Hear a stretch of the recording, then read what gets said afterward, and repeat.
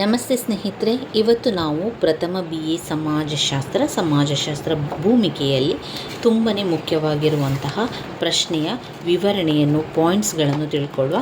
ಅದು ಘಟಕ 23ರಲ್ಲಿ ಬಂದಿರುವಂತಹ ಸಾಮಾಜಿಕ ಬದಲಾವಣೆಯ ಸಿದ್ಧಾಂತಗಳು. ವೆರಿ ಇಂಪಾರ್ಟೆಂಟ್ ಆಗಿರುವಂಥದ್ದು.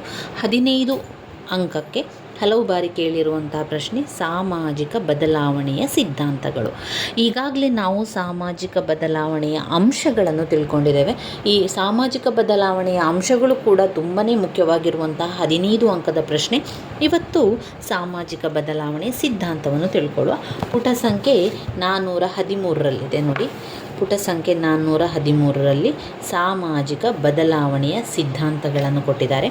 ಒಟ್ಟು 4 ಸಿದ್ಧಾಂತಗಳಿದೆ. ವಿಕಾಸಾತ್ಮಕ ಸಿದ್ಧಾಂತ, ಚಕ್ರಗತಿಯ ಸಿದ್ಧಾಂತ, ಕಾರ್ಯಾತ್ಮಕ ಸಿದ್ಧಾಂತ, ಸಂಘರ್ಷಣಾತ್ಮಕ ಸಿದ್ಧಾಂತ ಎನ್ನುವಂಥ 4 ಸಿದ್ಧಾಂತಗಳು. 1 ವಿಕಾಸಾತ್ಮಕ ಸಿದ್ಧಾಂತ, 2 ಚಕ್ರಗತಿಯ ಸಿದ್ಧಾಂತ, 3 ಕಾರ್ಯಾತ್ಮಕ ಸಿದ್ಧಾಂತ, 4 ಸಂಘರ್ಷಣಾತ್ಮಕ ಸಿದ್ಧಾಂತ. ಸಾಮಾಜಿಕ ಬದಲಾವಣೆಯ ಸಿದ್ಧಾಂತಗಳ ಪಾಯಿಂಟ್ಸ್ಗಳನ್ನು ಬರ್ಕೊಳ್ಳಿ ನಿಮ್ಮ ಪಾಯಿಂಟ್ಸ್ ಬುಕ್ಕಲ್ಲಿ. ಹಾಗೆ ಆ ಪಾಯಿಂಟ್ಸ್ಗಳನ್ನು ಆ 4 ಸಿದ್ಧಾಂತಗಳ ಪಾಯಿಂಟ್ಸ್ಗಳನ್ನು 4 ಸಿದ್ಧಾಂತಗಳನ್ನು ಬಾಯ್ಪಾಠ ಮಾಡಿ ಆದರೂ ಕೂಡ ಆ ಒಂದು ಸಿದ್ಧಾಂತಗಳ ಹೆಸರು ನೆನಪಲ್ಲಿರಲಿ. ವಿಕಾಸಾತ್ಮಕ ಸಿದ್ಧಾಂತ, ಚಕ್ರಗತಿಯ ಸಿದ್ಧಾಂತ, ಕಾರ್ಯಾತ್ಮಕ ಸಿದ್ಧಾಂತ, ಸಂಘರ್ಷಣಾತ್ಮಕ ಸಿದ್ಧಾಂತ. ನಾವು ಅದರ ಸಂಪೂರ್ಣ ವಿವರಣೆಯನ್ನು ತಿಳ್ಕೊಳ್ಳುವ.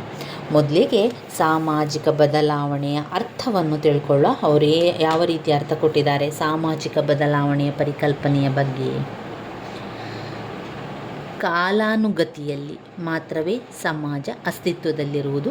ಇದು ಒಂದು ಜೀವಿಯಾಗಿರುವುದಿಲ್ಲ, ಉತ್ಪನ್ನವಾಗಿರುವುದಿಲ್ಲ, ಆದರೆ ಒಂದು ಪ್ರಕ್ರಿಯೆಯಾಗಿರ್ತದೆ ಎಂದು ಮ್ಯಾಕ್ ಐವರ್ ಮತ್ತು ಪೇಜ್ ಅವರು ಹೇಳಿರುವಂಥದ್ದು.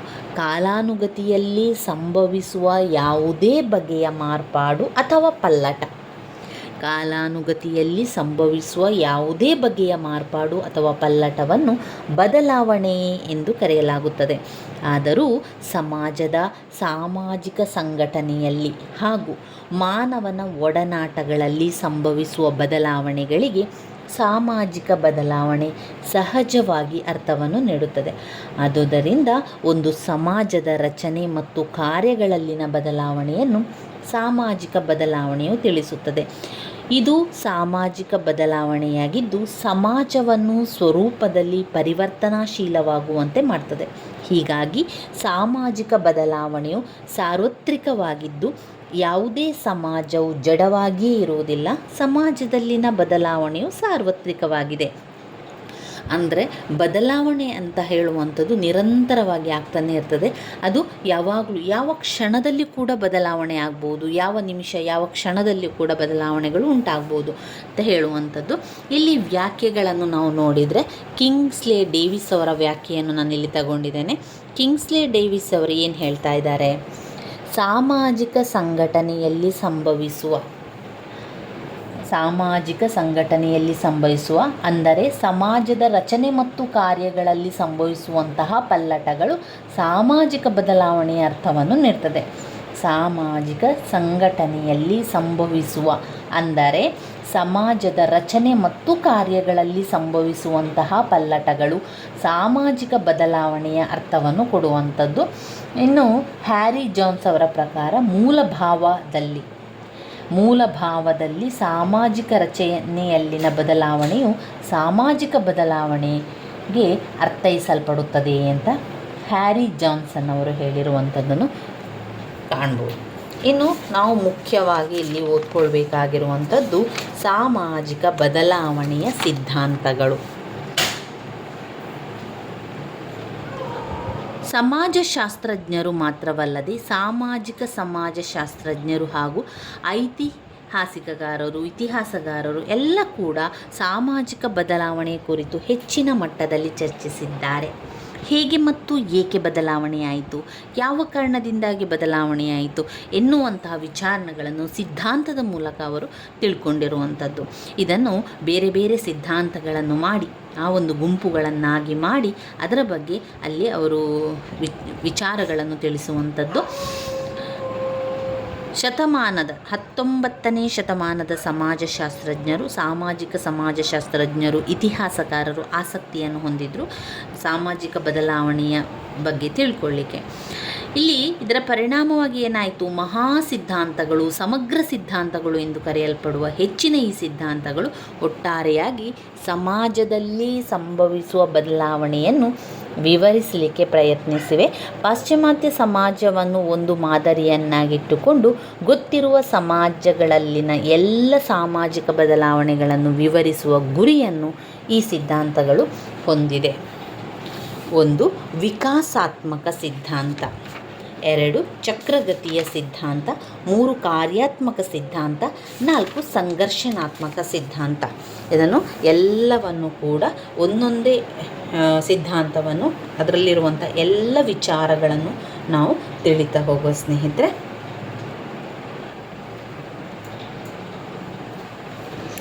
ಮೊದಲನೆಯ ಸಿದ್ಧಾಂತ ವಿಕಾಸಾತ್ಮಕ ಸಿದ್ಧಾಂತ.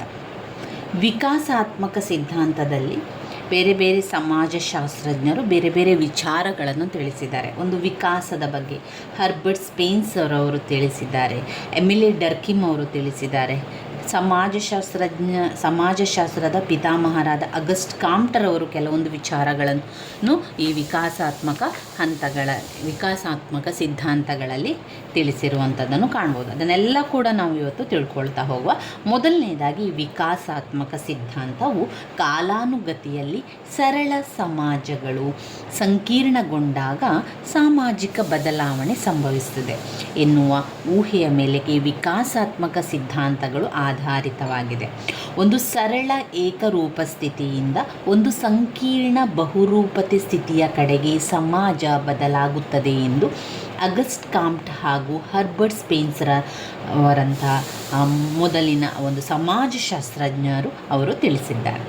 19ನೇ ಶತಮಾನದ ಅವಧಿಯಲ್ಲಿ ಅವಾಗ ಏನಾಯಿತು ಅಂತ ಹೇಳಿದರೆ, ಸಮಾಜದ ಸದಸ್ಯರು ತಮ್ಮ ಚಟುವಟಿಕೆಗಳನ್ನು ಪ್ರಪಂಚದ ಇತರೆ ಭಾಗಗಳಲ್ಲಿನ ಸಮಾಜದೊಂದಿಗೆ ವ್ಯಾಪಾರ ಹಾಗೂ ವಾಣಿಜ್ಯವನ್ನು ಅಭಿವೃದ್ಧಿಪಡಿಸಲಿಕ್ಕೆ, ಹೊಸ ಭೂಪ್ರದೇಶಗಳನ್ನು ಹಸ್ತಗತ ಮಾಡಿಕೊಳ್ಳಲಿಕ್ಕೆ ಹಾಗೂ ಕ್ರೈಸ್ತ ಧರ್ಮವನ್ನು ವಿಸ್ತರಿಸಲಿಕ್ಕೆ ಸಂಪರ್ಕವನ್ನು ಮಾಡಿಕೊಂಡರು. ತಮ್ಮದೇ ಆದ ಪ್ರಗತಿದಾಯಕ ಹಾಗೂ ಅಭಿವೃದ್ಧಿಗೊಂಡಂತಹ ಪಾಶ್ಚಿಮಾತ್ಯ ಸಮಾಜವನ್ನು ಈ ಸಮಾಜಗಳ ಜನರೊಂದಿಗೆ ಹೋಲಿಸಿದಾಗ ಅವರು ಆದಿಮರೆಂದು ಕಂಡುಕೊಂಡರು. ತಾವು ಶ್ರೇಷ್ಠ ನಾಗರಿಕತೆ ಹೊಂದಿರುವವರೆಂದು ಹಾಗೂ ಈ ಸಮಾಜಗಳ ಜನರನ್ನು ಸುಶಿಕ್ಷಿತರನ್ನಾಗಿಸುವುದು ಮತ್ತು ಅಭಿವೃದ್ಧಿಪಡಿಸುವಂಥದ್ದು ನಮ್ಮೆಲ್ಲರ ಜವಾಬ್ದಾರಿ ಅಂತ ಅವರು ಭಾವಿಸಿದರು. ವಿಕಾಸ ಆಗಬೇಕು ಅಂತ ಹೇಳಿದರೆ ಅದು ಬದಲಾವಣೆಗಳಾಗುವಂಥದ್ದು. ವಿಕಾಸದಿಂದಾಗಿ ಸಾಮಾಜಿಕ ಬದಲಾವಣೆಗಳುಂಟಾಗ್ತದೆ. ಇದರಲ್ಲಿ ಮುಖ್ಯವಾಗಿ ಅವರು ವಿಕಾಸಾತ್ಮಕ ಸಿದ್ಧಾಂತದ ಬಗ್ಗೆ ಅವರು ಹೇಳ್ತಾ ಇದ್ದಾರೆ.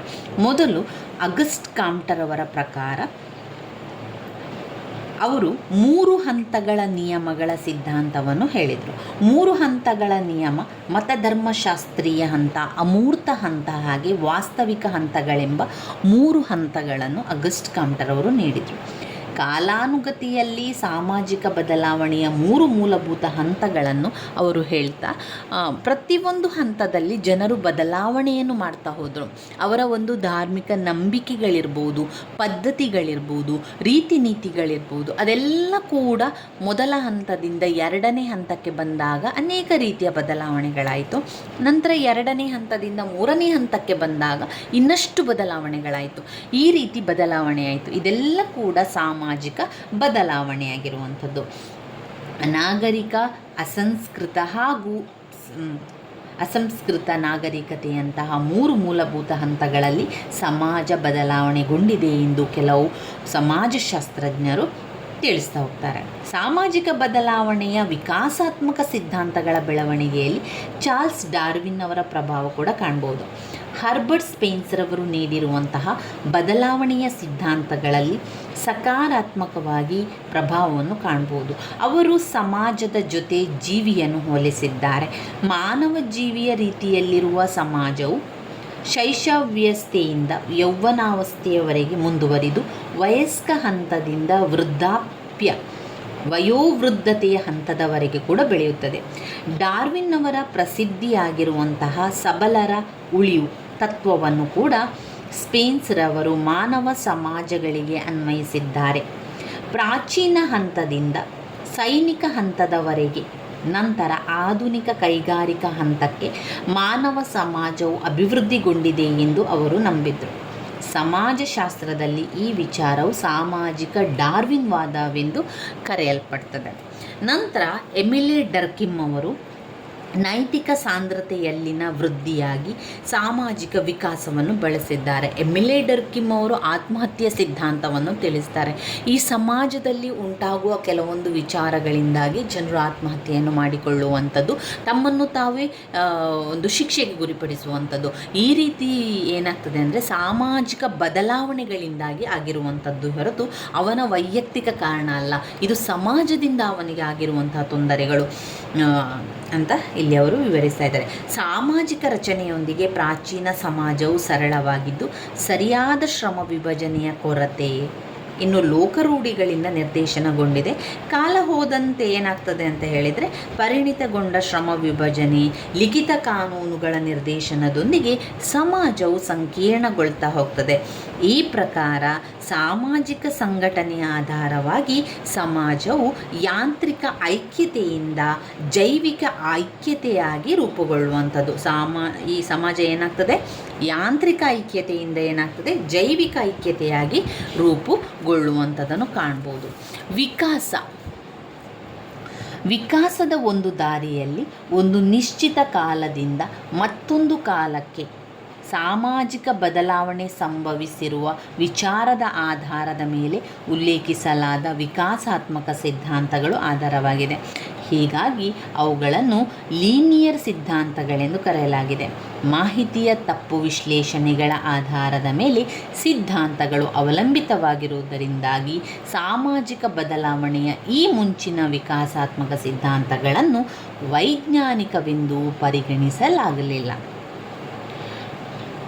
ಬದಲಾವಣೆಯ ಇತರೆ ಅಂಶಗಳನ್ನು ನಿರ್ಲಕ್ಷಿಸಿ ಆರ್ಥಿಕ ಮತ್ತು ತಾಂತ್ರಿಕ ಬದಲಾವಣೆಗಳ ಪಾತ್ರಕ್ಕೆ ಅತಿ ಹೆಚ್ಚಿನ ಪ್ರಾಮುಖ್ಯವನ್ನು ಈ ಸಿದ್ಧಾಂತಗಳು ಕೊಡ್ತಾ ಇವೆ.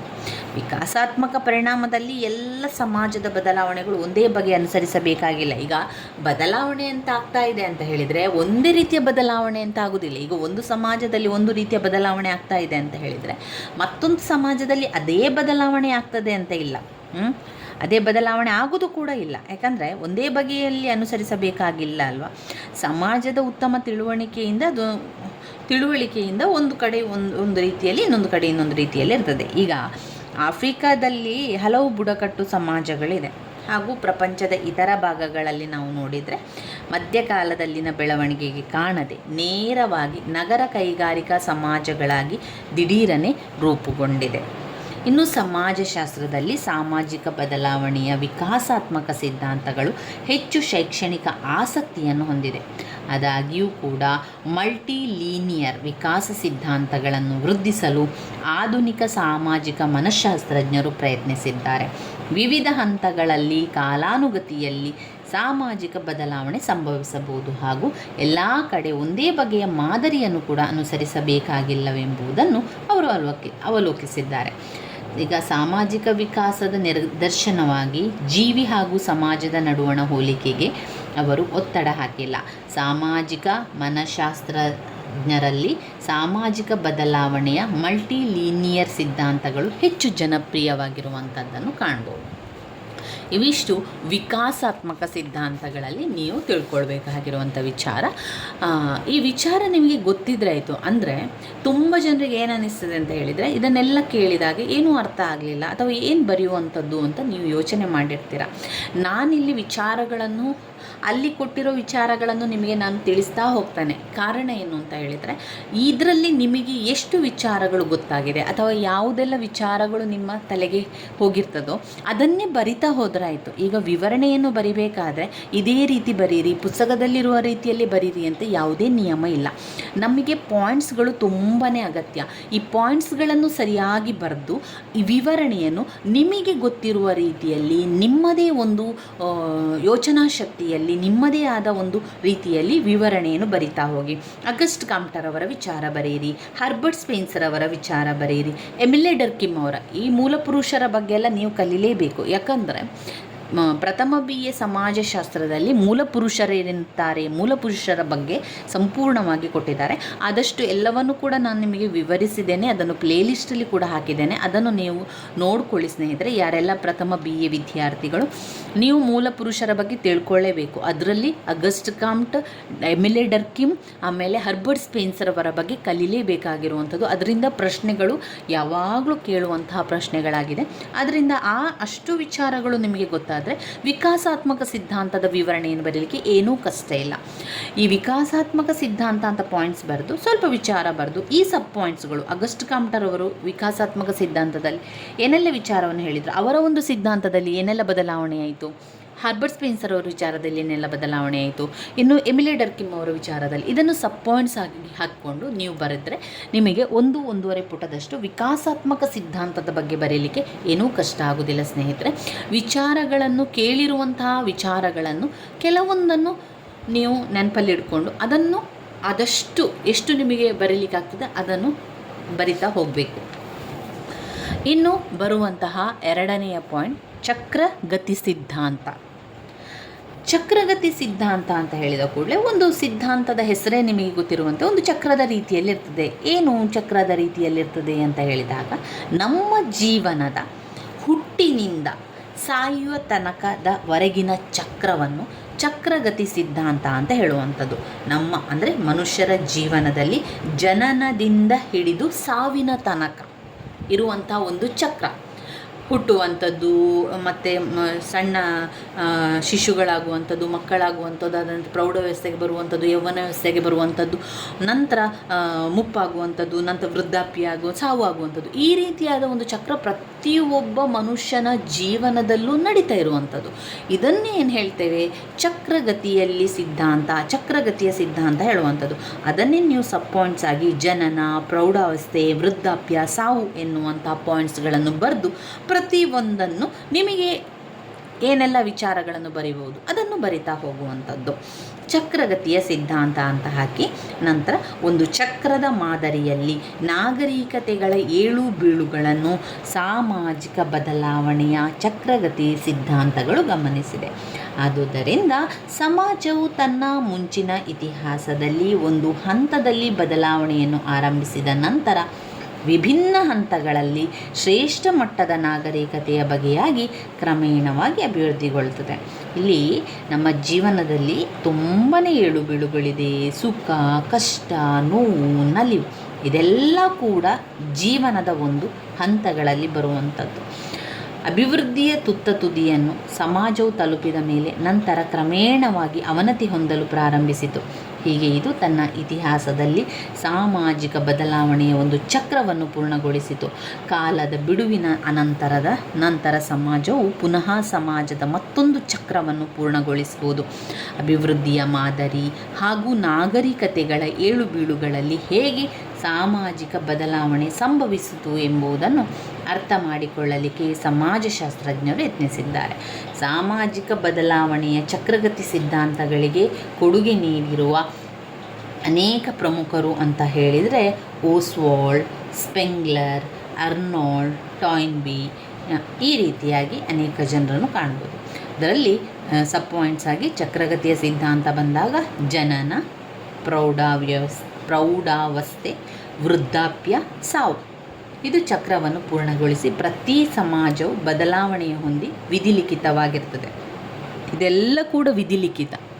ಒಂದು ಆಗಬೇಕು ಅಂತ ಹೇಳಿದರೆ ಅದು ಸಮಾಜದ ಬದಲಾವಣೆಗೆ ಅವಶ್ಯಕವಾಗಿರ್ತದೆ. ಸಮಾಜದ ಬದಲಾವಣೆಗೆ ಇದು ದೇವರು ಮಾಡಿರುವಂತಹ ಒಂದು ವಿಧಿಲಿಖಿತವಾಗಿರುವಂಥದ್ದು. ಜರ್ಮನಿಯ ಸಮಾಜಶಾಸ್ತ್ರಜ್ಞರಾದ ಓಸ್ವಾಲ್ಡ್ ಸ್ಪೆಂಗ್ಲರ್ ತಮ್ಮ ಗ್ರಂಥ the decline of the West ಎಂಬುದರಲ್ಲಿ ತಿಳಿಸಿದ್ದಾರೆ. ಪಾಶ್ಚಾತ್ಯ ನಾಗರಿಕತೆಯನ್ನು ಒಳಗೊಂಡಂತೆ ಹಲವು ನಾಗರಿಕತೆಗಳ ಇತಿಹಾಸವನ್ನು ಅವರು ಅಧ್ಯಯನ ಮಾಡಿದ್ದಾರೆ. ಒಂದು ಮಟ್ಟದವರೆಗೆ ಆಧುನಿಕ ಪಾಶ್ಚಾತ್ಯ ಸಮಾಜ ಅಭಿವೃದ್ಧಿಗೊಂಡ ನಂತರ ಯುದ್ಧಗಳು, ಸಾಮಾಜಿಕ ಘರ್ಷಣೆ ಹಾಗೂ ವಿಸಂಘಟನೆಗಳಿಂದಾಗಿ ಅದು ಅವನತಿ ಹೊಂದಲು ಪ್ರಾರಂಭಿಸಿ ಅಂತಿಮವಾಗಿ ತಾನಾಗಿಯೇ ನಾಶವಾಯಿತು. ಸ್ಪೆಂಗ್ಲರ್ ಅವರ ವಿಚಾರ ಸಮಾಜಗಳ ವಿಧಿಲಿಖಿತ ಹಾಗೂ ಅವರ ಜೀವಿಯ ಬೆಳವಣಿಗೆಯೊಂದಿಗಿನ ಸಮಾಜದ ಹೋಲಿಕೆಗಳು ಸಾಮಾಜಿಕ ಬದಲಾವಣೆ ಅರ್ಥ ಮಾಡಿಕೊಳ್ಳಲಿಕ್ಕೆ ತುಂಬ ಸರಳವೆಂದು ಪರಿಗಣಿಸಲಾಗಿದೆ. ಅವರ ಸಿದ್ಧಾಂತವು ಹೆಚ್ಚು ಊಹಾತ್ಮಕವಾದುದು ಹಾಗೂ ಅವಾಸ್ತವಿಕವಾದುದು ಎಂದು ಪರಿಗಣಿಸಲಾಗಿದೆ. 24 ನಾಗರಿಕತೆಗಳ ಅಧ್ಯಯನದ ಆಧಾರದ ಮೇಲೆ ಬರೆದಂಥ ಎ ಸ್ಟಡಿ ಆಫ್ ಹಿಸ್ಟರಿ ಎಂಬ ಗ್ರಂಥದಿಂದಾಗಿ ಬ್ರಿಟಿಷ್ ಇತಿಹಾಸಕಾರ ಅರ್ನಾಲ್ಡ್ ಟಾಯ್ನ್ಬಿ ಪ್ರಸಿದ್ಧಿಯಾಗಿದ್ದಾರೆ.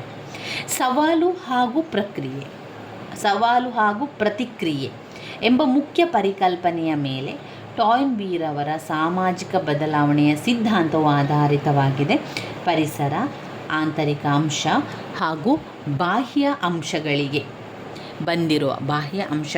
ಬಂದಿರುವ ಸವಾಲುಗಳಿಂದಾಗಿ ಸಮಾಜವು ಬದಲಾವಣೆ ಹೊಂದಲು ಪ್ರಾರಂಭಿಸಿದೆ ಎಂದು ಟಾಯ್ನ್ಬಿ ಅವಲೋಕಿಸಿದ್ದಾರೆ.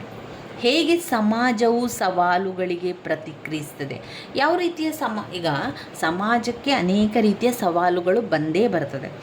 ಈ ಸಮಾಜ ಯಾವ ರೀತಿ ಈ ಸವಾಲುಗಳನ್ನು ಎದುರಿಸುತ್ತಿದೆ, ಸವಾಲುಗಳನ್ನು ಎದುರಿಸುವಾಗ ಉಂಟಾಗುವಂಥ ತೊಂದರೆಗಳೇನು, ಅದರಿಂದ ಉಂಟಾಗುವ ಅವನತಿಗಳೇನು, ನಾಶಗಳೇನು, ಅದನ್ನೆಲ್ಲ ಕೂಡ ಅದರ ಬಗ್ಗೆ ಅಧ್ಯಯನವನ್ನು ಮಾಡುವಂಥದ್ದು. ಎಲ್ಲ ಸಮಾಜಗಳು ನಾಶ ಆಗುವುದಿಲ್ಲ. ಈಗ ಒಂದು ಸವಾಲು ಬಂತು ಅಂತ ಹೇಳಿದ ಕೂಡಲೇ ಆ ಸವಾಲಿಂದ ಒಂದು ಸಮಾಜ ನಾಶ ಆಗ್ಬೋದು, ಆದರೆ ಮತ್ತೊಂದು ಸಮಾಜ ಆ ಸವಾಲಿಂದ ನಾಶ ಆಗ್ತದೆ ಅಂತ ಹೇಳಲಿಕ್ಕೆ ಸಾಧ್ಯ ಇಲ್ಲ.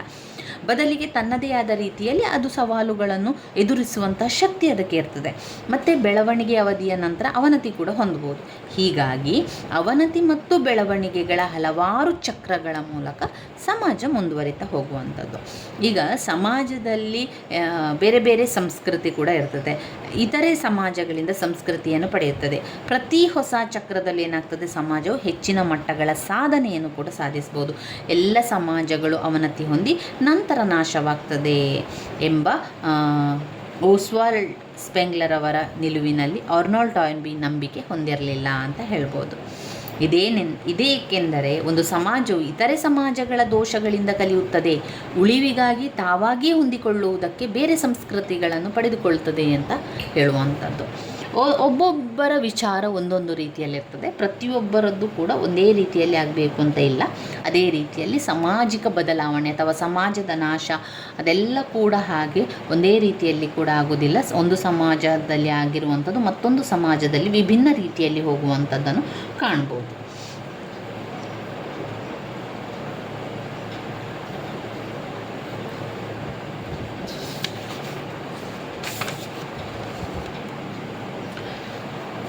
ಇನ್ನು ಸೋಷಿಯಲ್ ಆ್ಯಂಡ್ ಕಲ್ಚರ್ ಡೈನಾಮಿಕ್ ಎಂಬ ತಮ್ಮ ಗ್ರಂಥದಲ್ಲಿ ರಷ್ಯಾದ ಸಮಾಜಶಾಸ್ತ್ರಜ್ಞರು ಪಿತಿರಿಮ್ ಅಲೆಕ್ಸಾಂಡ್ರೋವಿಚ್ ಸೊರೋಕಿನ್ ಸಮಾಜಶಾಸ್ತ್ರೀಯ ಸಿದ್ಧಾಂತವನ್ನು ನೀಡಿದ್ದಾರೆ. ಅವರ ಪ್ರಕಾರ ಬೆಳವಣಿಗೆ ಹಾಗೂ ಅವನತಿಗಳ ಸಾಮಾನ್ಯ ಪರಿಕಲ್ಪನೆಗಳನ್ನು ತೆಗೆದುಕೊಳ್ಳುವುದಕ್ಕೆ ಬದಲಾಗಿ ಎರಡು ಸಾಂಸ್ಕೃತಿಕ ವೈಪರೀತ್ಯಗಳ ನಡುವೆ ಸಮಾಜಗಳು ಏರಿಳಿತ ಕಾಣ್ತದೆ ಎನ್ನುವ ವಿಚಾರದ ಆಧಾರದ ಮೇಲೆ ಸೊರೋಕಿನ್ ಅವರು ಸಾಮಾಜಿಕ ಬದಲಾವಣೆಯ ಸಿದ್ಧಾಂತವನ್ನು ಪ್ರತಿಪಾದಿಸಿದ್ದಾರೆ. ಅವುಗಳನ್ನು ಅವರು ಸಂವೇದನೆ ಹಾಗೂ ಊಹಾತ್ಮಕವೆಂದು ಕರೆದಿದ್ದಾರೆ. ಸಂವೇದನೆ ಸಂಸ್ಕೃತಿಯು ಇಂದ್ರಿಯಗಳ ಆಧಾರದ ಮೇಲಿದೆ. ಹಾಗಾಗಿ ಅಂತಹ ಸಂಸ್ಕೃತಿಯು ಇಂದ್ರಿಯಾಸಕ್ತ ಹಾಗೂ ಐಹಿಕವಾದುದಾಗಿದೆ. ಸಂತೋಷಕ್ಕೆ ಹೆಚ್ಚಿನ ಪ್ರಾಮುಖ್ಯತೆಯನ್ನು ಸಮಾಜ ನೀಡುತ್ತದೆ. ಇದಕ್ಕೆ ವಿರುದ್ಧವಾಗಿ ಊಹಾತ್ಮಕ ಸಂಸ್ಕೃತಿಯು ಮನಸ್ಸಿನ ಚಟುವಟಿಕೆಗಳಿಗೆ ಪ್ರಾಮುಖ್ಯತೆ ನೀಡುತ್ತದೆ. ಅಂತಹ ಸಂಸ್ಕೃತಿಯು ಧಾರ್ಮಿಕ, ಅಮೂರ್ತ, ತತ್ವಶಾಸ್ತ್ರೀಯ ವಿಚಾರಗಳ ಮೇಲೆ ಅವಲಂಬನೆಯಾಗಿದೆ. ನಂಬಿಕೆಗೆ ಪ್ರಾಮುಖ್ಯತೆ ನೀಡಲಾಗಿದೆ. ಎರಡೂ ಬಗೆಗಳು ಕೂಡ ಸಂಸ್ಕೃತಿಗಳ ಆದರ್ಶ ಬಗೆಗಳು ಅಥವಾ ಶುದ್ಧ ಬಗೆಗಳು ಆಗಿದೆ. ಸಮಾಜವು ಗಡಿಯಾರದ ಲೋಲಕ ರೀತಿಯಲ್ಲಿ ಸಂಸ್ಕೃತಿಗಳ ಈ ಎರಡೂ ಶುದ್ಧ ಬಗೆಗಳ ನಡುವೆ ಮುಂದುವರಿಯುತ್ತದೆ ಎಂದು ಸೊರೋಕಿನ್ ಅವಲೋಕಿಸಿದ್ದಾರೆ. ಈ ರೀತಿ ಮಾಡುವಾಗ ಸಮಾಜವು ಬೇರೆ ಸಂಸ್ಕೃತಿಯಿಂದ ಸವಾಲನ್ನು ಅಥವಾ ವಿರೋಧವನ್ನು ಎದುರಿಸಬೇಕಾಗುತ್ತದೆ. ಸಂಸ್ಕೃತಿಗಳ ಈ ಎರಡು ಬಗೆಗಳ ನಡುವೆ ಆದರ್ಶಾತ್ಮಕ ಸಂಸ್ಕೃತಿ ಎಂದು ಕರೆಯಲ್ಪಡುವ ಮೂರನೇ ಬಗೆಯ ಸಂಸ್ಕೃತಿಯೊಂದಿದೆ ಎಂದು ಸರೋಕಿನ್ ಹೇಳ್ತಾರೆ. ಇದು ಚಲನೆಯಲ್ಲಿನ ಮಧ್ಯಂತರ ಹಂತವಾಗಿದೆ. ಸಂವೇದನೆ ಹಾಗೂ ಊಹಾತ್ಮಕ ಸಂಸ್ಕೃತಿಗಳ ಮಿಶ್ರಣವಾಗಿದೆ. ಈ ಮಧ್ಯಂತರ ಹಂತವು ಸಂಸ್ಕೃತಿಗಳ ಎರಡೂ ಅಂತಿಮ ಬಗೆಗಳ ಮಿಶ್ರಣವಾಗಿದೆ. ಅಂತ ಅವರು ಹೇಳ್ತಾ ಇದ್ದಾರೆ. ಇನ್ನು ನಾವು ನೋಡುವಂಥದ್ದು ಕಾರ್ಯಾತ್ಮಕ ಸಿದ್ಧಾಂತದ ಬಗ್ಗೆ ತಿಳ್ಕೊಳ್ಳುವ.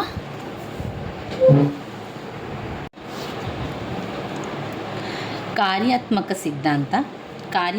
ಸಿದ್ಧಾಂತದಲ್ಲಿ ಮುಖ್ಯವಾಗಿ ಎರಡು ಕಾರಣಗಳನ್ನು ಕಾಣ್ಬೋದು. ಸಾಮಾಜಿಕ ಬದಲಾವಣೆ ಸಂಭವಿಸಲಿಕ್ಕೆ ಎರಡು ಕಾರಣ: ಸಮಾಜದೊಳಗಿನ ಶಕ್ತಿಗಳು ಮತ್ತು ಸಮಾಜದ ಹೊರಗಿನ ಶಕ್ತಿಗಳು. ಸಮಾಜದ ಒಳಗಿನ ಶಕ್ತಿಗಳು ಮತ್ತು ಸಮಾಜದ ಹೊರಗಿನ ಶಕ್ತಿಗಳು ಬದಲಾವಣೆಗಳಾಗಲಿಕ್ಕೆ ಕಾರಣ ಆಗಿರ್ತದೆ. ಅಮೇರಿಕ ಸಮಾಜಶಾಸ್ತ್ರಜ್ಞರ ಕೊಡುಗೆಗಳಿಂದಾಗಿ ಸಾಮಾಜಿಕ ಬದಲಾವಣೆಯ ಕಾರ್ಯಾತ್ಮಕ ಸಿದ್ಧಾಂತಗಳು ತುಂಬಾ ಜನಪ್ರಿಯಗೊಂಡವು. 20ನೇ ಶತಮಾನದಲ್ಲಿ ಅದು ಜನಪ್ರಿಯಗೊಂಡಿದ್ದು, ಸಮಾಜ ಬದಲಾವಣೆಗೊಳ್ಳುವಾಗ ಸಾಮಾಜಿಕ ಸಮತೋಲನ, ಸ್ಥಿರತೆ ಪರಿಕಲ್ಪನೆಗೆ ಕಾರ್ಯಾತ್ಮಕ ಸಮಾಜಶಾಸ್ತ್ರಜ್ಞವು ತುಂಬಾ ಪ್ರಾಮುಖ್ಯತೆಯನ್ನು ಕೊಡ್ತದೆ.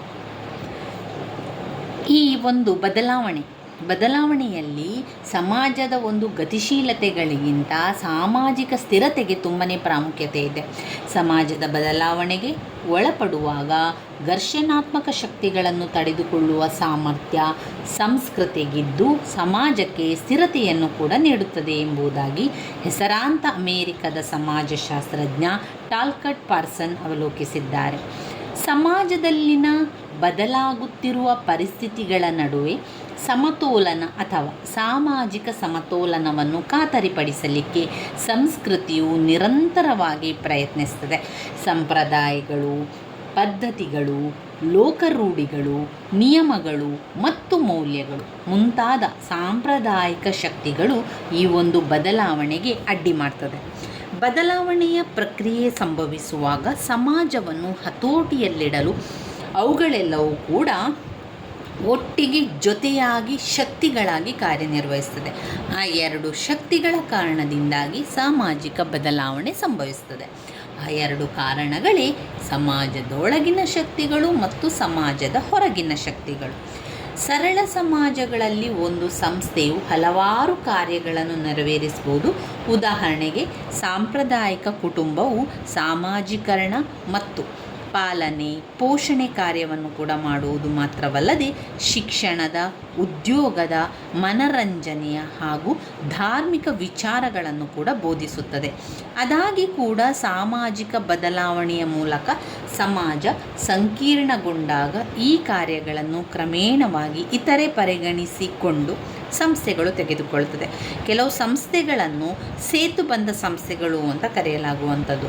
ಹಾಗೂ ಇವುಗಳು ಬದಲಾವಣೆಯಾಗುವ ಸಂದರ್ಭದಲ್ಲಿ ಸ್ಥಿರತೆಗಾಗಿ ಸಂಸ್ಥೆಗಳ ನಡುವೆ ಹೊಂದಾಣಿಕೆ ತರುವ ಕೆಲಸ ಕೂಡ ಮಾಡ್ತದೆ.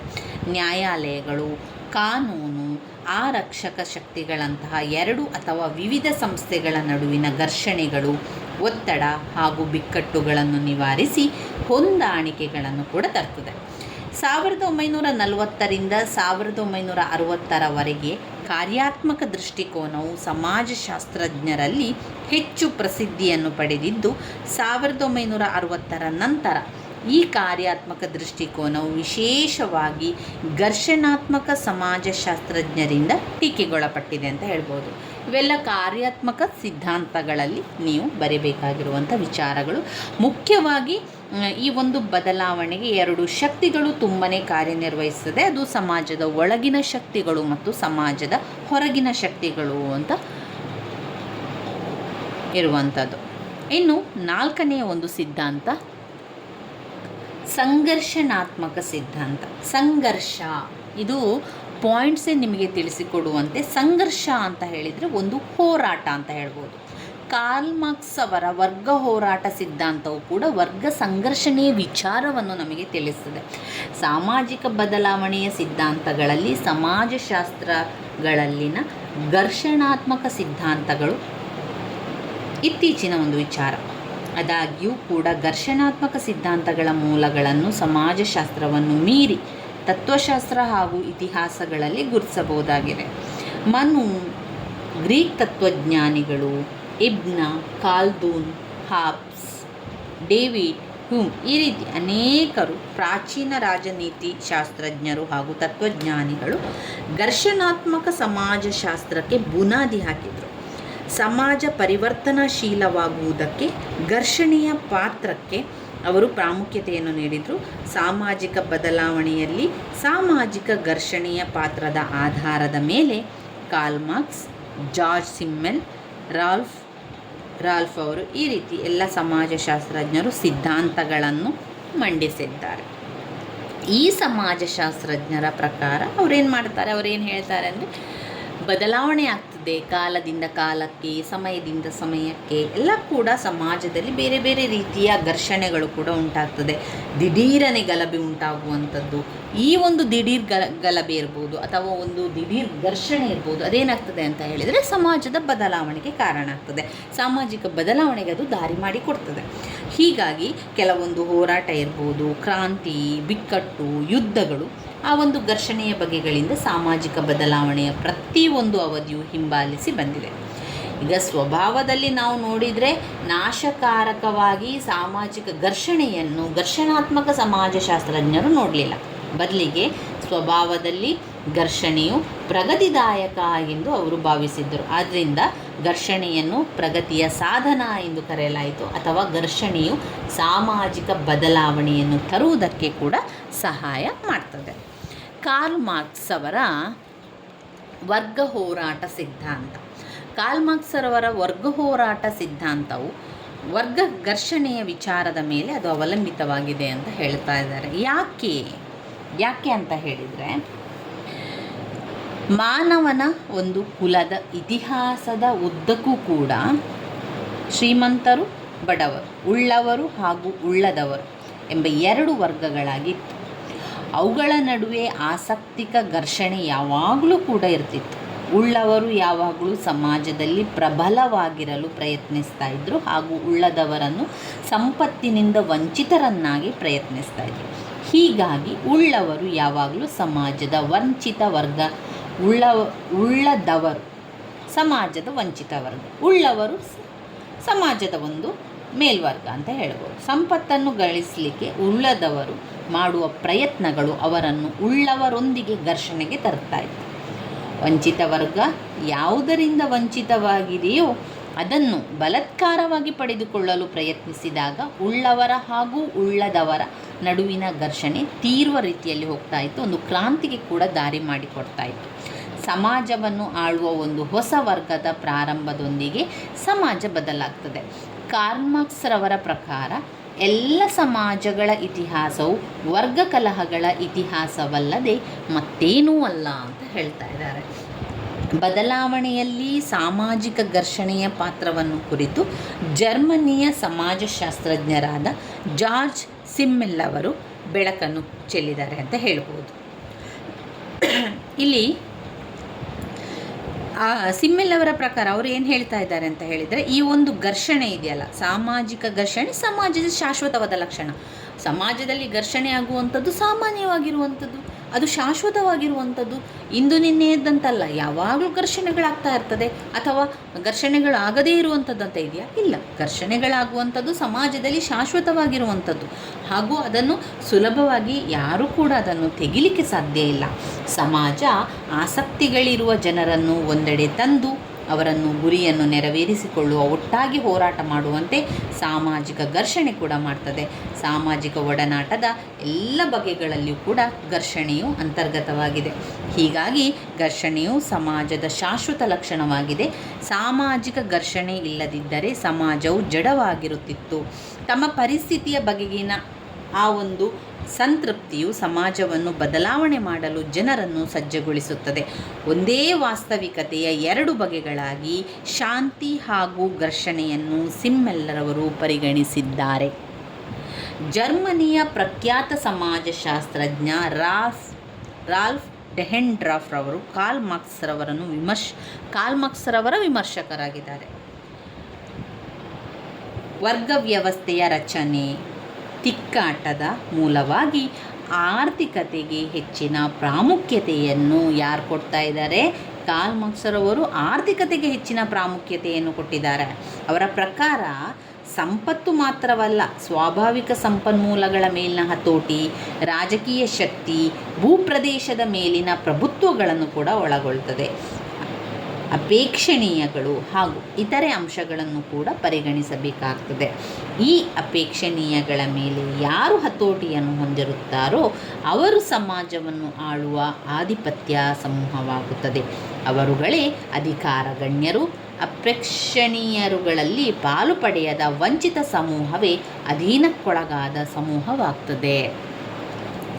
ಆಧಿಪತ್ಯ ಸಮೂಹದಲ್ಲಿನ ಜನರ ಜೀವನ ಶೈಲಿ, ಅವರು ನೀಡುವ ಅಪ್ಪಣೆಗಳ ರೀತಿ, ಅವರ ಒಂದು ಒತ್ತಾಯ ಮಾಡುವಂತಹ ಬಗೆ, ಸಮೂಹಗಳ ಮೇಲೆ ಪ್ರಭುತ್ವ ಸಾಧಿಸಲು ಅವರು ನೀಡುವ ಎಚ್ಚರಿಕೆಗಳು ಹಾಗೂ ನಿಷೇಧಗಳ ಆಧಾರದ ಮೇಲೆ ಆಧಿಪತ್ಯ ಸಮೂಹವನ್ನು ಗುರುತಿಸಬಹುದು. ಅಧಿಕಾರ ನಿಯಂತ್ರಿಸಲಿಕ್ಕೆ ತಮ್ಮಲ್ಲಿನ ಸಮಾನ ಆಸಕ್ತಿಗಳಿಂದಾಗಿ ಹಲವಾರು ಆಧಿಪತ್ಯ ಸಮೂಹಗಳು ಒಂದೆಡೆ ಸೇರ್ತದೆ. ಎಲ್ಲಿಯವರೆಗೆ ಅಧೀನ ಸಮೂಹಗಳು ಅಂಜಿಕೆಯಿಂದ ತಮ್ಮನ್ನು ಆಳ್ವಿಕೆಗೆ ಒಳಪಡಿಸಲು ಅವಕಾಶಿಸುತ್ತಾರೋ ಆಗ ಅವರನ್ನು ಅರೆ ಸಮೂಹವೆಂದು ಕರೆಯಲಾಗುತ್ತದೆ. ಆದರೆ ಪರಿಣಾಮಕಾರಿ ನಾಯಕನನ್ನು ಅವರು ಹೊಂದಿದಾಗ, ತತ್ವಗಳನ್ನು ವೃದ್ಧಿಸಿದ್ದಾಗ ಹಾಗೂ ಅವರುಗಳ ಮೇಲಿನ ಶೋಷಣೆಯ ಬಗೆಗೆ ಜಾಗೃತಿ ಉಂಟಾದಾಗ ಈ ಸಮೂಹವು ಆಸಕ್ತಿ ಸಮೂಹ ಆಗ್ತದೆ. ಈ ಪ್ರಕಾರವಾಗಿ ಏನು ಹೇಳ್ತಾ ಇದ್ದಾರೆ? ಎರಡು ಸಮೂಹಗಳ ನಡುವೆ ಘರ್ಷಣೆ ಪ್ರಾರಂಭವಾಗ್ತದೆ. ಹೋರಾಟದ ನಂತರ ಆಸಕ್ತಿ ಸಮುದಾಯ ಆಧಿಪತ್ಯ ಸಮೂಹವಾಗ್ತದೆ ಹಾಗೂ ಸಮಾಜದಲ್ಲಿ ಬದಲಾವಣೆಯನ್ನು ಕೂಡ ತರ್ತದೆ. ಅದಾಗಿ ಕೂಡ ಕಾಲಾನಂತರ ಸಮಾಜದಲ್ಲಿನ ಹೆಚ್ಚು ಅಧೀನಕ್ಕೊಳಪಟ್ಟಿರುವಂತಹ ಸಮೂಹಗಳು ಕೂಡ ಹೋರಾಟವನ್ನು ಉಳಿಸಿಕೊಳ್ಳಲಿಕ್ಕೆ ಆಸಕ್ತ ಗುಂಪುಗಳಾಗ್ತದೆ. ಹೀಗೆ ವರ್ಗ ಹೋರಾಟವು ಯಾವಾಗಲೂ ಇದ್ದದ್ದೇ ಆಗಿದೆ. ಲೆವಿಸ್ ಕೋಸರ್ ಅವರು ಜಾರ್ಜ್ ಸಿಮ್ಮೆಲ್ ಅವರಿಂದ ಪ್ರಭಾವಿತಗೊಂಡಿದ್ದಾರೆ. ಸಿಮ್ಮೆಲ್ ಅವರ ಪ್ರಕಾರ ಘರ್ಷಣೆಯು ಸ್ವರೂಪದಲ್ಲಿ ಪರಿವರ್ತನಾಶೀಲವಾಗಿ ಸಮಾಜವನ್ನು ಎಡ್ತದೆ. ಸಮಾಜದ ಜಡ್ಡುಗಟ್ಟುವಿಕೆಯನ್ನು ಘರ್ಷಣೆಯು ತಡೆಯುತ್ತದೆ. ಅಂದರೆ ಸಂಸ್ಥೆಗಳನ್ನು ಗಟ್ಟಿಗೊಳಿಸ್ತದೆ. ರಕ್ಷಣಾತ್ಮಕ ಮೌಲ್ಯವಾಗಿ ಘರ್ಷಣೆಯು ಕಾರ್ಯನಿರ್ವಹಿಸುತ್ತದೆ ಹಾಗೂ ಸಾಮಾಜಿಕ ಒತ್ತಡವನ್ನು ಬಿಡುಗಡೆಗೊಳಿಸುತ್ತದೆ. ಉದಾಹರಣೆಗೆ, ಇಬ್ಬರು ವ್ಯಕ್ತಿಗಳು ಜಗಳವಾಡಿ ಕಡು ನುಡಿಗಳನ್ನಾಡಿದಾಗ ಘರ್ಷಣೆಯನ್ನು ಮರೆತು ಪುನಃ ಸ್ನೇಹಿತರಾಗಿ ಕೂಡ ಇರಬಹುದು. ಕುಂದುಕೊರತೆಗಳಿಗೆ ಪರಿಹಾರಗಳನ್ನು ಕಂಡುಕೊಳ್ಳಲಿಕ್ಕೆ ಅವಕಾಶವನ್ನು ಘರ್ಷಣೆಯು ನೀಡುತ್ತದೆ ಹಾಗೂ ಸಮಾಜದಲ್ಲಿ ಹೊಸ ಕಟ್ಟಳೆಗಳನ್ನು ಮತ್ತು ನಿಯಮಗಳನ್ನು ಕೂಡ ಹೊರತರ್ತದೆ. ಉದಾಹರಣೆಗೆ, ಭಾರತದಲ್ಲಿ ವರದಕ್ಷಿಣೆಯು ಒಂದು ಬೃಹದಾಕಾರದ ಸಮಸ್ಯೆಯಾಗಿತ್ತು. ಅಂತಿಮವಾಗಿ ಇದು ಮಹಿಳೆಯರ ಸಬಲೀಕರಣಕ್ಕಾಗಿ ಕಾನೂನುಗಳನ್ನು ರಚಿಸಲು ದಾರಿ ಮಾಡಿಕೊಟ್ಟದ್ದನ್ನು ಕೂಡ ನೋಡ್ಬೋದು. ವೈರತ್ವವು ವಿವಿಧ ಸಮೂಹಗಳು ಒಂದೆಡೆ ಸೇರುವಂತೆ ಮಾಡ್ತದೆ. ಹೀಗಾಗಿ ಒಳ ಸಮೂಹಗಳ ಹಾಗೂ ಹೊರ ಸಮೂಹಗಳ ನಡುವೆ ನ್ಯಾಯಕ್ಕಾಗಿ ಹೋರಾಟ ಕೂಡ ನಡೆಯುತ್ತದೆ. ವ್ಯಕ್ತಿ ತನ್ನ ಪ್ರಸ್ತುತ ಆರ್ಥಿಕ ಪರಿಸ್ಥಿತಿಯೊಂದಿಗೆ ಅಸಂತುಷ್ಟನಾಗಿದ್ದಾಗ ಘರ್ಷಣೆಯು ಕೂಡ ಆರ್ಥಿಕತೆಯನ್ನು ಅದನ್ನು ಪುನಶ್ಚೇತನಗೊಳಿಸುತ್ತದೆ. ವ್ಯಕ್ತಿ ತನ್ನ ಜೀವನ ಪರಿಸ್ಥಿತಿಯನ್ನು ಉತ್ತಮಪಡಿಸಿಕೊಳ್ಳಲಿಕ್ಕೆ ಉತ್ತಮ ತಂತ್ರಜ್ಞಾನಿಕ ಬೆಳವಣಿಗೆ, ಉತ್ತಮ ವ್ಯಾಪಾರ ಹಾಗೂ ವಾಣಿಜ್ಯಗಳನ್ನು ಹೊಂದಲು ಕೂಡ ಪ್ರಯತ್ನಿಸ್ತಾರೆ. ಇನ್ನು ಕೆಲವು ವಿಚಾರಗಳ ಸಾರಾಂಶವನ್ನು ಅವರು ಕೊಟ್ಟಿದ್ದಾರೆ. ಆ ಸಾರಾಂಶವನ್ನು ಒಮ್ಮೆ ತಿಳ್ಕೊಳ್ಳೋ ಯಾವ ರೀತಿ ಅವರು ಸಾರಾಂಶವನ್ನು ಕೊಟ್ಟಿದ್ದಾರೆ ಎನ್ನುವಂಥದ್ದು. ಬದಲಾಗುತ್ತಿರುವ ಸನ್ನಿವೇಶಗಳಿಗೆ ಪ್ರತಿಕ್ರಿಯೆಯಾಗಿ ಸಾಮಾಜಿಕ ವ್ಯವಸ್ಥೆಯು ಆಂತರಿಕವಾಗಿ ಹಾಗೂ ಬಾಹ್ಯವಾಗಿ ಬದಲಾವಣೆಗೊಳ್ಳುತ್ತದೆ. ಸಾಮಾಜಿಕ ಬದಲಾವಣೆಯು ಒಂದು ಸಾರ್ವತ್ರಿಕ ಘಟನಾವಳಿಯಾಗಿದೆ ಹಾಗೂ ಎಲ್ಲ ಕಾಲಗಳಲ್ಲೂ ಎಲ್ಲ ಸಮಾಜಗಳಲ್ಲೂ ಬದಲಾವಣೆ ಸಂಭವಿಸುತ್ತದೆ. ಆದುದರಿಂದ ಮೂಲ ಪುರುಷರಾದ ಆಗಸ್ಟ್ ಕಾಮ್ಟ್, ಹರ್ಬರ್ಟ್ ಸ್ಪೆನ್ಸರ್ ಅವರಿಂದ ಮೊದಲುಗೊಂಡು ಆಧುನಿಕ ಕಾಲದವರೆಗಿನ ಹಲವಾರು ಸಮಾಜಶಾಸ್ತ್ರಜ್ಞರುಗಳಿಗೆ ಸಾಮಾಜಿಕ ಬದಲಾವಣೆಯು ಅಧ್ಯಯನದ ವಸ್ತು ವಿಷಯವಾಗಿದ್ದು, ಅದಾಗಿ ಕೂಡ ಸಮಾಜಶಾಸ್ತ್ರದ ಬೆಳವಣಿಗೆಯ ಮೊದಲಿನ ಘಟ್ಟವಾದ 19ನೆಯ ಶತಮಾನದಲ್ಲಿ ಹಲವು ಸಮಾಜಶಾಸ್ತ್ರಜ್ಞರುಗಳು ಸಾಮಾಜಿಕ ಬದಲಾವಣೆಯ ಪ್ರಕ್ರಿಯೆಯನ್ನು ವಿವರಿಸಲು ವಿಕಾಸ, ಬೆಳವಣಿಗೆ, ಪ್ರಗತಿ ಮುಂತಾದ ಪರಿಕಲ್ಪನೆಗಳನ್ನು ಪರ್ಯಾಯವಾಗಿ ಬಳಸಿದ್ದಾರೆ. ಈಗ ವಿಕಾಸ ಹಾಗೂ ಪ್ರಗತಿ ಪರಿಕಲ್ಪನೆಗಳನ್ನು ಭಿನ್ನವಾಗಿ ಬಳಸಿದ್ದಾರೆ. ರಚನೆಯ ಒಳಗಿನ ಕಾರಣಗಳಿಂದಾಗಿ ಗಣನೀಯ ಅವಧಿಯ ಸಮಯದಲ್ಲಿ ರಚನೆಯ ಗಾತ್ರದಲ್ಲಿ ಮಾರ್ಪಾಡಾಗುವುದಕ್ಕೆ ವಿಕಾಸ ಎಂಬ ಅರ್ಥವನ್ನು ಕೂಡ ತೆಗೆದುಕೊಂಡಿದೆ. ಸಮಾಜದಲ್ಲಿನ ಉತ್ತಮತೆಗೆ ಆಗುವ ಬದಲಾವಣೆಗೆ ಪ್ರಗತಿ ಅರ್ಥವನ್ನು ಬಳಸಲಾಗಿದೆ. ಈ ಒಂದು ಮಾರ್ಪಾಡುಗಳು ಹೆಚ್ಚಿನ ಜನರಿಗೆ ಹೆಚ್ಚಿನ ಸಂತೋಷವನ್ನು ಕೂಡ ತರುತ್ತದೆ. ರಾಚನಿಕ ಹಾಗೂ ಕಾರ್ಯಾತ್ಮಕ ಅಂಶಗಳ ಹಾಗೂ ಸಮಾಜದ ಸಂಘಟನೆ ಇವುಗಳಲ್ಲಿನ ಬದಲಾವಣೆ ಸಾಮಾಜಿಕ ಬದಲಾವಣೆ. ಹೇಗೆ ಸಾಮಾಜಿಕ ಬದಲಾವಣೆ ಸಂಭವಿಸುತ್ತದೆ ಎಂಬುದನ್ನು ಅರ್ಥ ಮಾಡಿಕೊಳ್ಳಲು ಹಲವಾರು ಸಿದ್ಧಾಂತಗಳನ್ನು ಸಮಾಜಶಾಸ್ತ್ರಜ್ಞರು ರೂಪಿಸಿದ್ದಾರೆ. ಸಿದ್ಧಾಂತಗಳು ಹೊಂದಿರುವ ಸಾಮಾನ್ಯ ವಿಚಾರಗಳಾದಂತಹ ವಿಕಾಸಾತ್ಮಕ, ಚಕ್ರಗತಿ, ಕಾರ್ಯಾತ್ಮಕ ಹಾಗೂ ಘರ್ಷಣಾತ್ಮಕಗಳ ಆಧಾರದ ಮೇಲೆ ವಿವಿಧ ಸಮಾಜಶಾಸ್ತ್ರಜ್ಞರುಗಳು ನೀಡಿರುವ ಸಿದ್ಧಾಂತಗಳನ್ನು ಕಾಲಾನುಗತಿಯಲ್ಲಿ ಒಟ್ಟಾಗಿ ಗುಂಪು ಮಾಡಬಹುದಾಗಿದೆ ಅಂತ ಅವರು ತಿಳಿಸ್ತಾ ಇದ್ದಾರೆ. ಇವೆಲ್ಲ ಕೂಡ ವಿಚಾರಗಳು ನಮ್ಮ ಸಾಮಾಜಿಕ ಬದಲಾವಣೆಯ ಸಿದ್ಧಾಂತಗಳಲ್ಲಿ ಬರುವಂಥದ್ದು. ಮತ್ತೊಮ್ಮೆ ಪಾಯಿಂಟ್ಸ್ಗಳನ್ನು ಓದ್ತಾ ಹೋಗುವ. ವಿಕಾಸಾತ್ಮಕ ಸಿದ್ಧಾಂತ, ಸಾಮಾಜಿಕ ಬದಲಾವಣೆಯ ಸಿದ್ಧಾಂತಗಳು. ವಿಕಾಸಾತ್ಮಕ ಸಿದ್ಧಾಂತ. 2 ಚಕ್ರಗತಿಯ ಸಿದ್ಧಾಂತ. 3 ಕಾರ್ಯಾತ್ಮಕ ಸಿದ್ಧಾಂತ. 4 ಸಂಘರ್ಷಣಾತ್ಮಕ ಸಿದ್ಧಾಂತ. ಇವಿಷ್ಟು ವಿಚಾರಗಳು ನಾವು ಸಾಮಾಜಿಕ ಬದಲಾವಣೆಯ ಸಿದ್ಧಾಂತಗಳಲ್ಲಿ ತಿಳ್ಕೊಂಡೆವು. ತುಂಬಾ ಮುಖ್ಯವಾಗಿರುವಂತಹ ಒಂದು ಪ್ರಶ್ನೆ. ಹಲವು ಬಾರಿ ಹಲವು ಪ್ರಶ್ನೆ ಪತ್ರಿಕೆಗಳಲ್ಲಿ ಕೇಳಿರುವಂತಹ ಪ್ರಶ್ನೆ ಸಾಮಾಜಿಕ ಬದಲಾವಣೆಯ ಸಿದ್ಧಾಂತಗಳ ಬಗ್ಗೆ ಬರೀರಿ ಎನ್ನುವಂಥದ್ದು. ಪಾಯಿಂಟ್ಸ್ಗಳನ್ನು ಸರಿಯಾಗಿ ನೆನಪಲ್ಲಿಟ್ಕೊಳ್ಳಿ. ನಂತರ ವಿವರಣೆಯು ನಿಮಗೆ ಎಷ್ಟು ಬರೀಲಿಕ್ಕೆ ಸಾಧ್ಯವೋ ಆ ಒಂದು ವಿವರಣೆಯನ್ನು ಬರಿತಾ ಹೋಗಿ ಸ್ನೇಹಿತರೆ. ಇನ್ನು ಮುಂದೆ ಬರುವಂತಹ ಮುಖ್ಯವಾದ ಪ್ರಶ್ನೆ ಯಾವುದು ಅಂತ ನೋಡ್ಕೊಳ್ತಾ ನಾವು ಆ ಒಂದು ಮುಖ್ಯವಾದ ಪ್ರಶ್ನೆಯನ್ನು ಮುಂದಿನ ವಿಡಿಯೋದಲ್ಲಿ ತಿಳ್ಕೊಳ್ಳುವ. ಇನ್ನು ನಾವು ಕಲಿಬೇಕಾಗಿರುವಂತಹ ಒಂದು ಮುಖ್ಯವಾದಂತಹ ವಿಚಾರ ಸ್ತರವಿನ್ಯಾಸದ ಸಿದ್ಧಾಂತಗಳು. ಮ್ಯಾಕ್ಸ್ ವೆಬ್ಬರ್ ಅವರ ದೃಷ್ಟಿಕೋನದಲ್ಲಿ ಒಂದು ಸ್ತರವಿನ್ಯಾಸದ ಬಗ್ಗೆ ಓದ್ಕೊಳ್ಬೇಕು. ನಾವು ಮುಂದಿನ ವಿಡಿಯೋದಲ್ಲಿ ಮ್ಯಾಕ್ಸ್ ವೆಬ್ಬರ ದೃಷ್ಟಿಕೋನದಲ್ಲಿ ಸ್ತರವಿನ್ಯಾಸದ ಸಿದ್ಧಾಂತಗಳನ್ನು ಕೂಡ ತಿಳ್ಕೊಳ್ಳುವ ಸ್ನೇಹಿತರೆ. ನನ್ನ ವಿಡಿಯೋಸ್ ಎಲ್ಲ ನಿಮಗೆ ಇಷ್ಟ ಆಗ್ತಾ ಇದ್ದರೆ ಲೈಕ್ ಕೊಡಿ, ಶೇರ್ ಮಾಡಿ, ಸಬ್ಸ್ಕ್ರೈಬ್ ಮಾಡಲಿಕ್ಕೆ ಮರಿಬೇಡಿ. ಧನ್ಯವಾದಗಳು.